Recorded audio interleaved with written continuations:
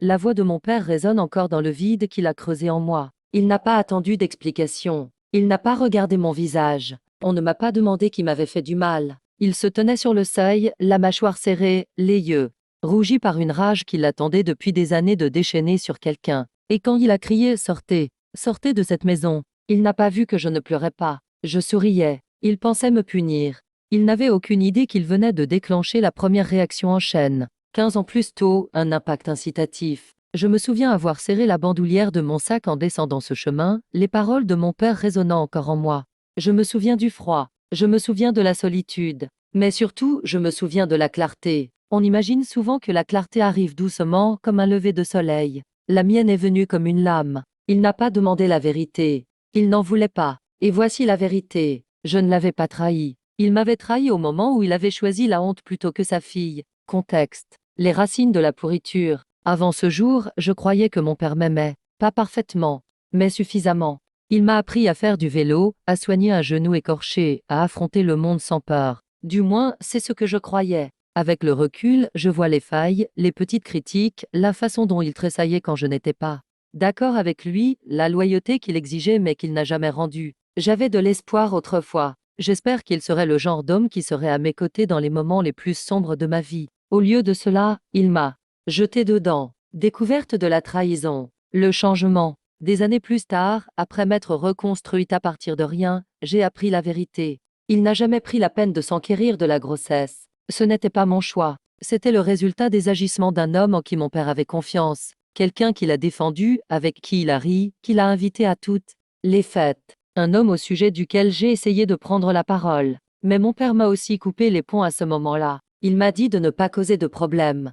Il avait choisi sa fierté. Il avait choisi son ami. Il avait choisi d'être aveugle. Mais je n'étais plus aveugle. Planification d'une stratégie à froid. Je ne l'ai pas confronté, je ne lui ai pas envoyé de lettres, je n'ai pas essayé de réparer ce qu'il avait cassé. Au lieu de cela, je me suis concentré sur mon fils, mon miracle, mon encre, ma flamme. Je l'ai élevé avec une douceur que mon père n'a jamais eue. Il lui a enseigné la force sans cruauté, le courage sans violence, la justice sans bruit. Et je n'ai pas attendu la vengeance, mais le bon moment. Parce que les gens comme mon père reviennent toujours vers moi quand ils ont besoin de quelque chose. Validation, pardon, conscience tranquille. J'ai bâti une vie si solide qu'il ne pouvait pas l'ignorer. Une entreprise florissante, une maison avec de hautes fenêtres et des portails verrouillés, et une réputation qu'il ne pouvait ternir, peu importe le nombre d'histoires qu'il racontait. Exécution.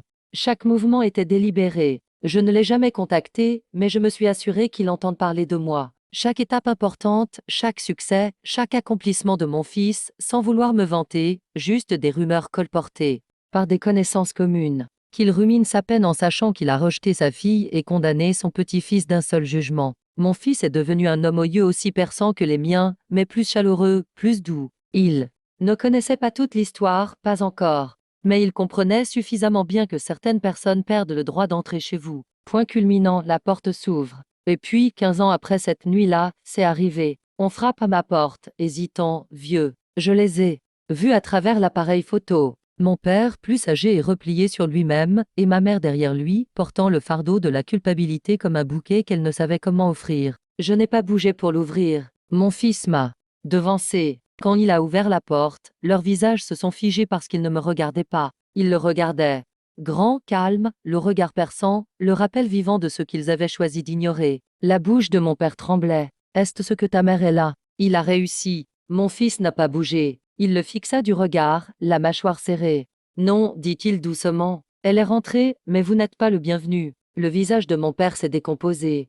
Et c'est à ce moment-là que j'ai franchi le seuil de la porte derrière mon fils. Je n'ai pas parlé. Je n'en avais pas besoin. Il l'a vu. Tout ce qu'il a perdu. Tout ce que j'ai construit sans lui. Tout ce qu'il ne pourrait jamais récupérer. Sa voix s'est brisée. « S'il vous plaît, qu'avez-vous fait ?» J'ai souri de la même manière qu'il y a 15 ans.